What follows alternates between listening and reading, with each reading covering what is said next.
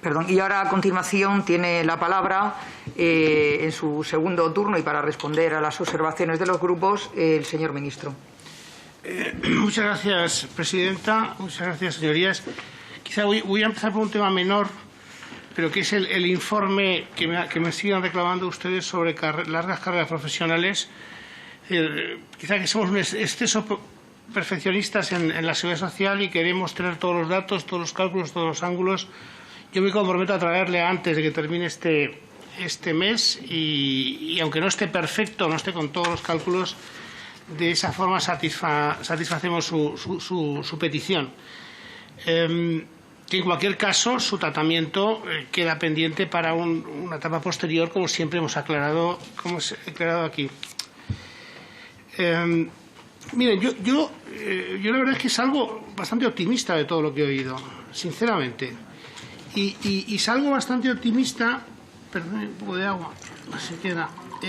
Estoy bastante optimista porque, bueno, aquellos grupos que no votaron o que tuvieron reservas respecto al acuerdo del Pacto de Toledo han vuelto consistentemente a plantear aquí su posición porque hay elementos que no les gustan. Pero al mismo tiempo, yo creo, y soy optimista, han reconocido algunos elementos que hay en el acuerdo que van en la dirección correcta, y eso es así, y he visto consistencia. Pero después, en otros casos, lo que me encuentro es también consistencia en el caso de Vox, que yo creo que tiene una visión clara sobre el tema de pensiones. Pero después, claro, aquí tenemos 12 recomendaciones que se han acordado con un amplio consenso y con mucho apoyo. Y yo cuando estoy revisando las notas, y nosotros hemos presentado un anteproyecto de ley que llegará a ustedes en septiembre, como digo, y que conocen perfectamente porque es un anejo del acuerdo con los agentes sociales. Y claro, cuando yo voy repasando mis notas e intento ver exactamente en qué nosotros no estamos cumpliendo las recomendaciones y en qué ustedes me han dicho que me han presentado una alternativa, pues es que no encuentro nada. Y mire que miro las notas, pero es que no encuentro nada. Entonces, por eso soy optimista, porque como tendremos que ir recomendación por recomendación, viendo y artículo por artículo, pues espero que lo que hemos visto pues tenga más de escenificación, porque la sustancia no la encuentro, sinceramente. Por eso soy optimista. Por eso soy optimista. Y también soy optimista porque, claro, yo comparo las... Por cierto, yo he comparecido aquí, yo creo que ya 5 veces. Cada vez que vemos que la oportunidad lo hago, saben ustedes perfectamente todo el calendario que les he planteado hoy, que hemos resuelto, yo se lo había anticipado a ustedes totalmente con detalle. Y aquí lo hemos discutido y hemos ajustado todo el calendario de lo que va en este acuerdo, lo que va en el acuerdo posterior, cómo hemos particionado los distintos elementos en el plan de recuperación y resiliencia y con los agentes sociales. Todo esto lo conocían ustedes y lo hemos discutido, y no solamente lo hemos discutido, sino que se han hecho aportaciones y lo hemos ajustado. Eso ha sido así. Entonces, es decir, por supuesto, algunas intervenciones me han parecido que daban la sensación de que esto se iba a tramitar como un Real Decreto Ley. No, se va a tramitar como una ley. Es decir, y va a llegar como una ley el mes de septiembre. Y a partir de ahí pues iremos viendo cada uno de los elementos y veremos cómo se ajustan a los planteamientos iniciales y veremos cuáles son las alternativas a los problemas que aquí se intentan resolver. Entonces, cuando yo miro las notas, pues me quedo bastante tranquilo porque no hay nada que me inquiete particularmente. Bueno, hay alguna cosa que me inquieta a la que hay referencia, pero me parece que será una inconsistencia que será resolver. Mire, señora Gamarra, usted ha dejado en un lugar malísimo a sus representantes del Pacto de Toledo, porque lo que ha dicho usted es absolutamente inconsistente con lo que ellos han estado acordando, pero no usted, es que usted misma ha votado a favor del pacto, de la recomendación del Pacto de Toledo. Y hombre, es decir, usted me va a decir, no tiene nada que ver, es decir, dice aquí este señor, el señor diputado, perdone, no tiene nada que ver, hablaba así, le digo, perdone, no tiene nada que ver. ¿Pero cómo que no tiene nada que ver? ¿Pero cómo que no tiene nada que ver? Pero si la recomendación 1 y 2 del Pacto de Toledo son absolutamente inconsistentes con la reforma del 13, ustedes lo que nos han pedido es que deroguemos completamente la reforma del 13, recuperando el poder adquisitivo de las pensiones y manteniendo. Bueno, y a lo mejor nos estamos refiriendo a dos reformas distintas. La ventaja que tengo yo, ¿sabe cuál es? Que la he estado evaluando año tras año personalmente.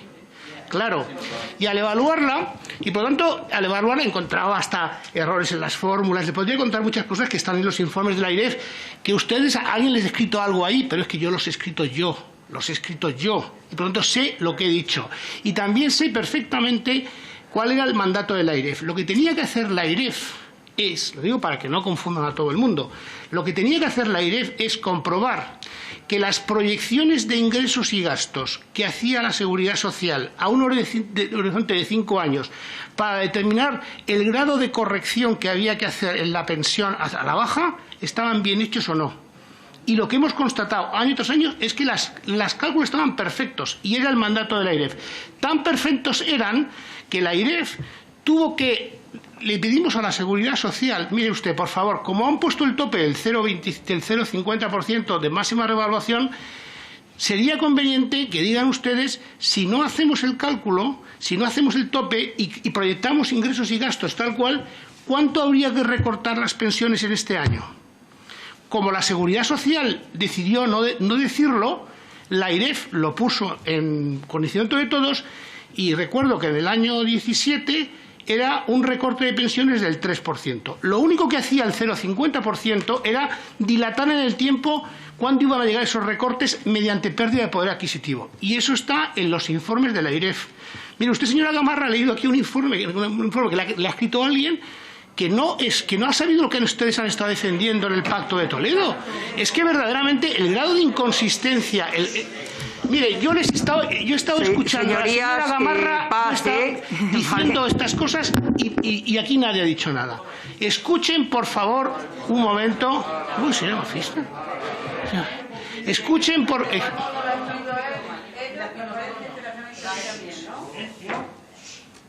Lo que yo digo, y lo digo, es que lo tendrán que revisar ustedes. Es que lo que han estado acordando ustedes en el Pacto de Toledo es absolutamente inconsistente con lo que ha dicho la señora Gamarra, pero absolutamente inconsistente. Y tendrán que explicar a la opinión pública si lo que están diciendo es que quieren realmente recuperar, porque hemos hablado de contrarreforma y la exitosa... Usted ha hablado, señora Gamarra, de la exitosa reforma del 2013. Tan exitosa es que ustedes mismos dejaron de aplicarla en cuanto vieron cuáles eran sus efectos. Nunca la llegaron a aplicar, esa exitosísima reforma del 2013. Pero es que no solamente eso, es que después, cuando empezamos a discutir el Pacto de Toledo, evidentemente que había que dar un marco completamente distinto, porque la reforma del 2013 lo que implicaba, y eso está en los cálculos de la Comisión Europea del año 2021 y de la AIREF, suponía una pérdida de poder adquisitivo, Mire, yo comprendo que le cueste a usted escuchar esto, pero una pérdida de poder adquisitivo del 40%. Del 40%. Entonces, hombre, 40%. Bueno, entonces, lo que señorías, como el señor ministro, disculpe, ministro, ha estado escuchando sin intervenir, y el resto de los portavoces no han intervenido mientras estaba interviniendo el Grupo Parlamentario Popular, su portavoz, le ruego que no establezcamos aquí ahora reconvenir lo que está diciendo el ministro, no entremos en este diatriba. Así que muchísimas gracias y mantengamos la calma. La señora Gamarra, yo me reivindico. Usted ha dejado en muy mal lugar a todos sus compañeros que han estado defendiendo las recomendaciones del Pacto de Toledo. Muy mal. Y así es. Es que, pero no lo digo por hacer, no, es que es una realidad, El discurso es tan inconsistente, tan absolutamente inconsistente con todo lo que ustedes han estado defendiendo durante este último año, que me produce perplejidad. ¿Qué ha pasado entonces en los últimos 3 meses? Pues a lo mejor ha habido unas elecciones, ha habido unas encuestas, y esto es lo que no hay derecho. Lo que no hay derecho es que por razones puramente coyunturales le construyan un discurso en esa fábrica que hay por ahí donde se hacen discursos completamente catastrofistas a costa de los pensionistas y los futuros pensionistas. Y que volvamos a caer otra vez,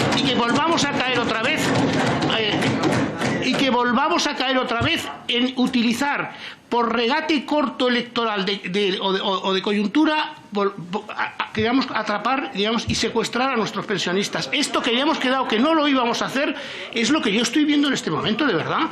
Y lo digo como lo siento, es decir, es que lo siento. Yo creo que usted ha encontrado una aliada perfecta en la señora Oramas, que ha estado completamente en la misma línea, con un cambio absolutamente radical de planteamiento, y tampoco nos ha dicho exactamente cuáles las recomendaciones que le parecían bien ahora ya no le parecen.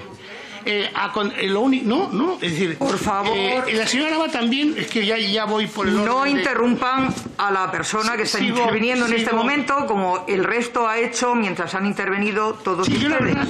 Yo la verdad es que sí, me parece que es una... Es decir, yo estoy acostumbrado a entornos donde la gente escucha con respeto, donde atiende, pero este tipo de actitud que además les singulariza a ustedes, yo agradezco siempre el extraordinario tono de respeto y de tono que tienen sus compañeros y los diputados de Vox, siempre, Vox que ha de contestar. Y me parece que dan un ejemplo impecable constantemente de comportamiento en este Pacto de Toledo frente a la actitud que tienen ustedes. Sinceramente lo digo, desde el punto de vista puramente formal.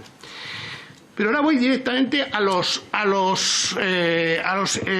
observaciones concretas. La señora Aramas, aparte de hablar de las migraciones en Canarias, donde ya prácticamente quedan muy pocos inmigrantes de todos aquellos de los 20 y tantos mil que nos creaban un problema, pero ahora no lo recuerda, ¿se le ha ocurrido hablar del ingreso mínimo vital? Pero mire usted, señora Oramas, ustedes han estado gestionando, cuál era su responsabilidad durante muchos años en el gobierno de Canarias, la renta autonómica. ¿Usted sabe después de 20 años cuántos beneficiarios de la renta autonómica canaria llegaban a tener ustedes? ¿Cuántos?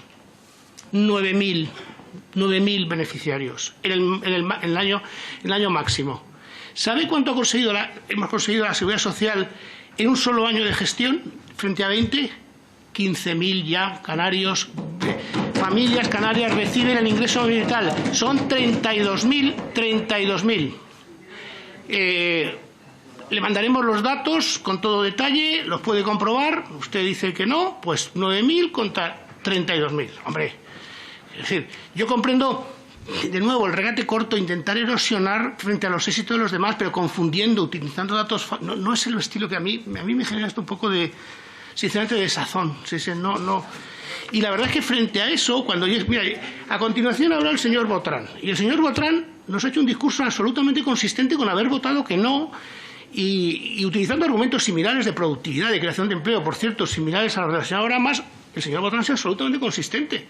La señora Oramas no, porque está en el regate político, ahora hay que crear un empleo, y si los pensionistas les confundimos, o a los beneficiarios del ingreso vital, pues ya está. ¿Qué más da? ¿Qué más da, no?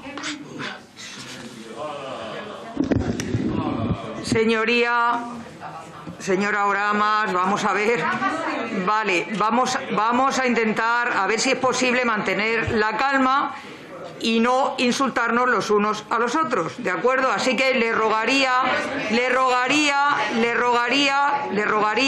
que en aras a la buena marcha de esta comisión, que desde aquí, de aquí para atrás la hemos tenido, yo le pediría que pidiese que se retire del acta ese insulto, señoría. Se retira y que el ministro tampoco lo haga.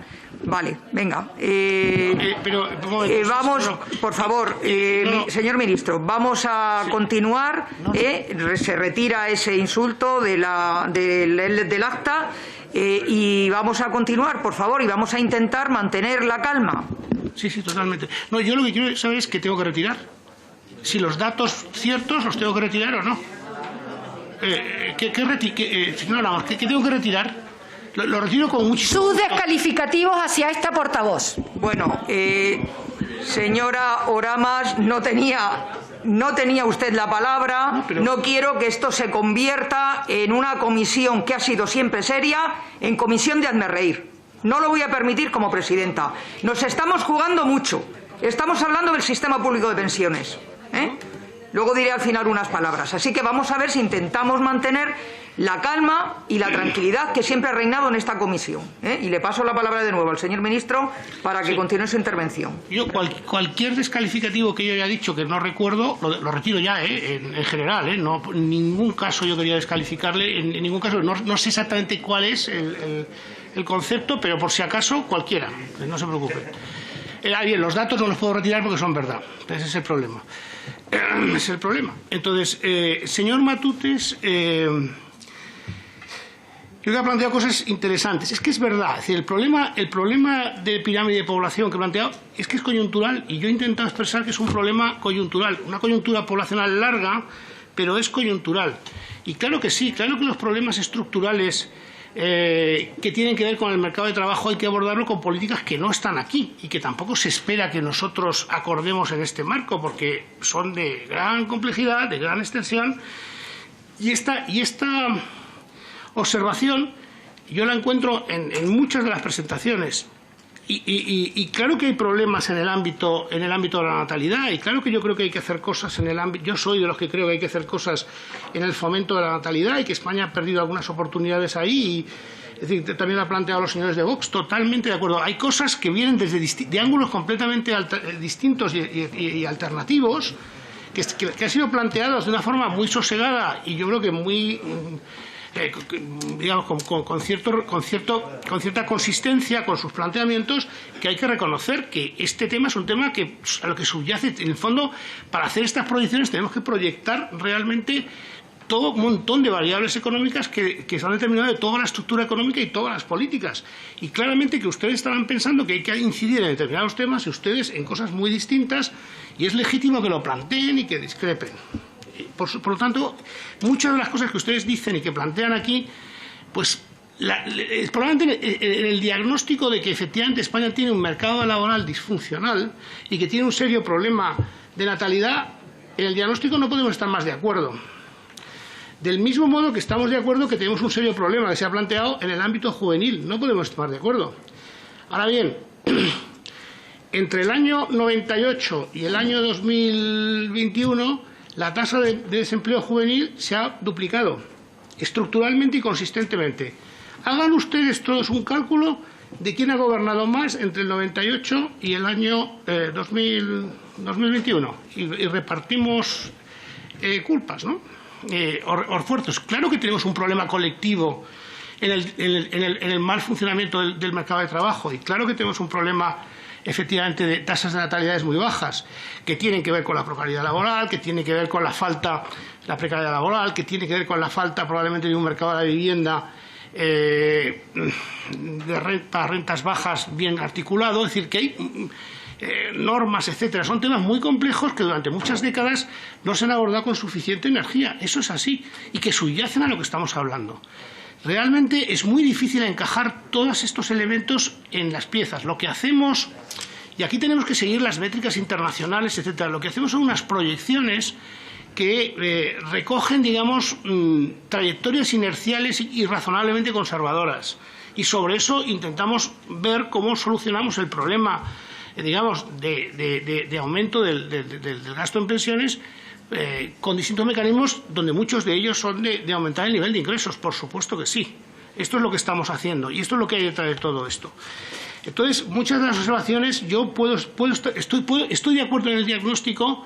Si tuviéramos que discutir en términos de soluciones, pues nos podríamos estar aquí semanas y semanas entre todos, porque no hay una solución única y hay distintos planteamientos ideológicos y conceptuales, y en eso pero me parece excelente bien que en estas intervenciones uno haga planteamientos generales, porque lo que está por detrás es muy extenso, sinceramente. El señor Van Anderan, que nos ha planteado también el ingreso mínimo vital desde una óptica distinta de la señora Oramas. Claro, ustedes tienen un muy buen ingreso mínimo vital, una renta de garantía de la RGI, es una renta muy potente. Canarias no prácticamente tiene una cosa, han construido durante décadas una cosa básicamente virtual, a pesar de que es una comunidad autónoma mucho menos rica y con mucho más pobreza que la que tiene el País Vasco. Ustedes han hecho unas políticas muy potentes y yo les entiendo en ese sentido. Del mismo modo que el ingreso mínimo vital está siendo una política extraordinariamente efectiva ya en erradicar la pobreza en muchas comunidades autónomas, ya multiplicamos hasta por 3 lo que antes había en las rentas mínimas. En el País Vasco no es así, y ustedes tenían una política verdaderamente bien diseñada y potente, y ha llegado el ingreso mínimo vital. Y efectivamente, pues tenemos que ponernos de acuerdo. Yo creo que tenemos, no sé, y estoy de acuerdo también que no solamente tenemos la disposición adicional quinta en su lengua textual, sino que tenemos conversaciones y tenemos que intentar aproximar las dos lecturas que hay detrás de este tema. Y yo creo que nos ponemos de acuerdo. De verdad creo que nos ponemos de acuerdo y en eso estamos. La señora Muñoz, o sea, usted ha dicho algo que también han dicho otros, que es, han hecho lo más fácil. Claro, si le preguntaran, y aprovecho la opinión para lanzar una lanza por los agentes sociales, los interlocutores sociales, que han llegado a un acuerdo entre ellos y con nosotros en temas de una gran complejidad como jubilación voluntaria, jubilación demorada, ingresos reales de los autónomos.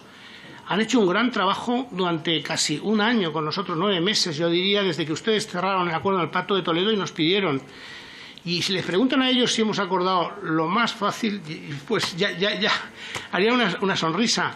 De hecho, en términos de métrica, si utilizamos la métrica del Aging Report de la Comisión, lo más potente que estamos haciendo aquí es justamente todo lo que tiene que ver con ampliar la edad de jubilación, acercar la jubilación efectiva a la jubilación real.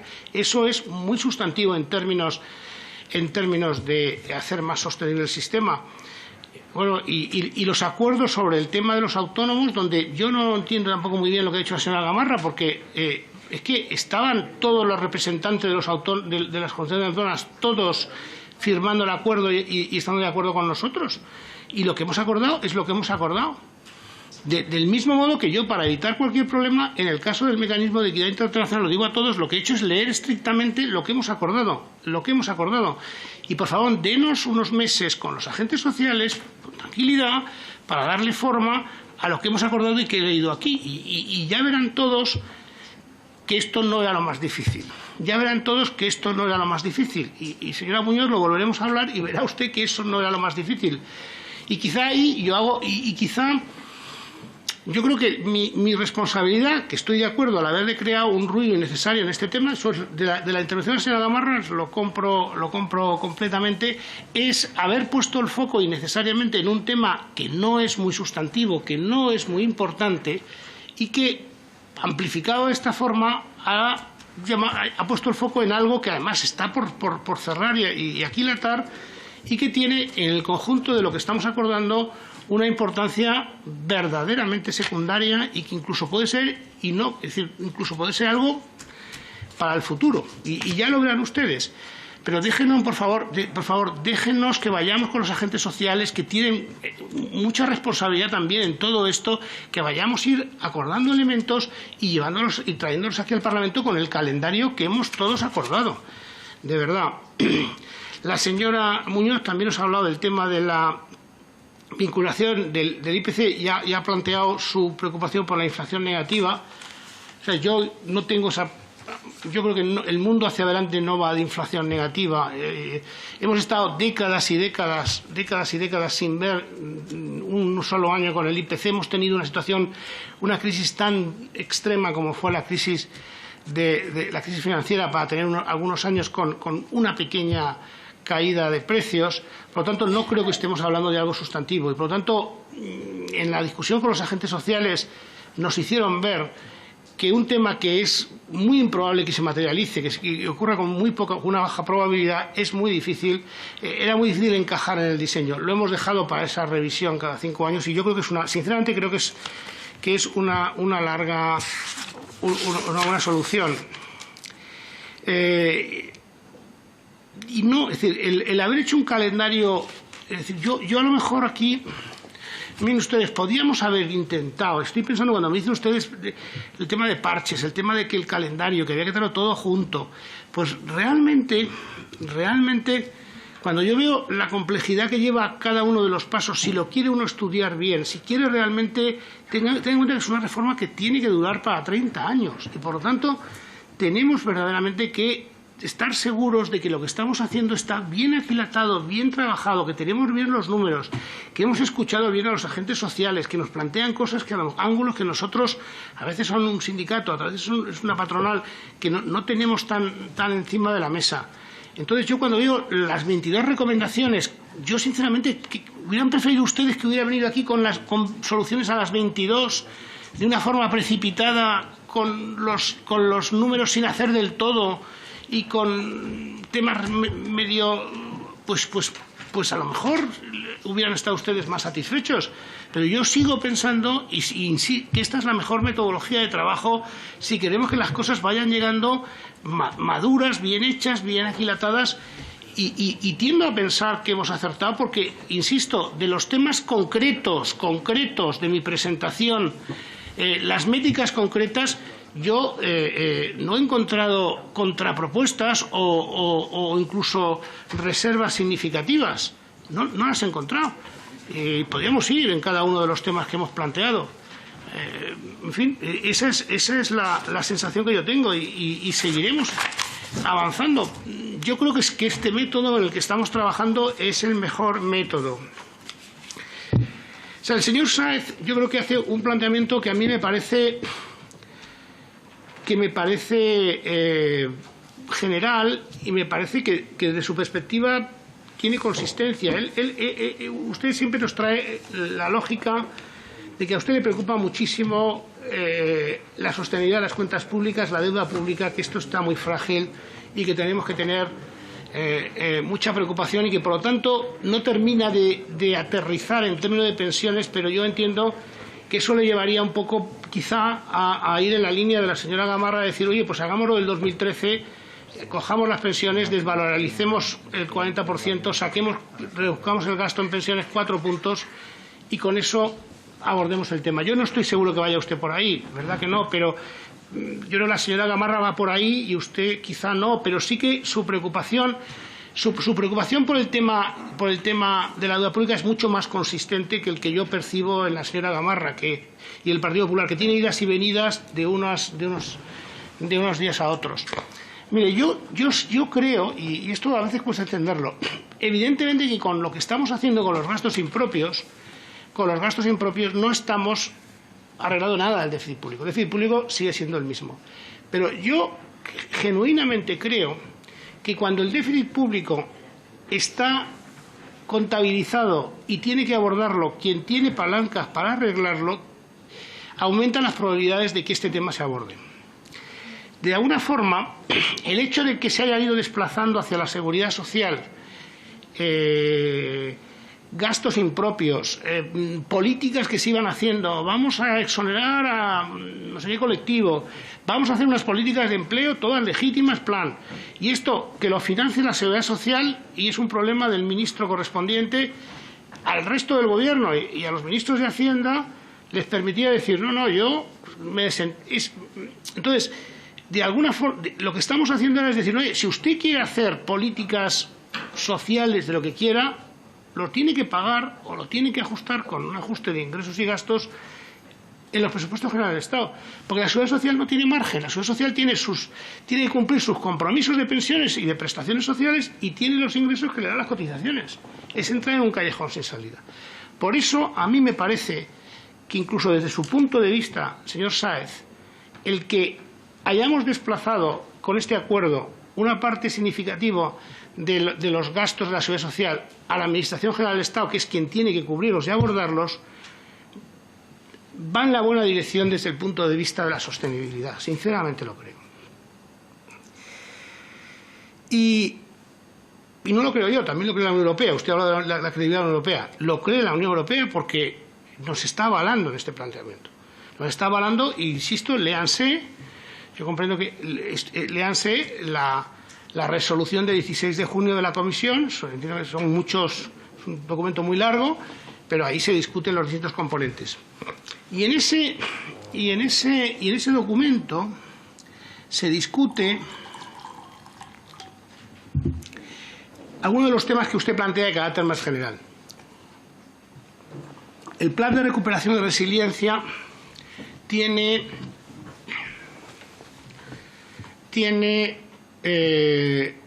tres componentes que inciden en la sostenibilidad de las cuentas públicas. Dos directamente y uno indirectamente, que es este, que tiene que ver en parte con la sostenibilidad, pero tiene que ver con muchas otras cosas que estamos discutiendo aquí, que es mantener fundamentalmente un sistema de pensiones suficiente.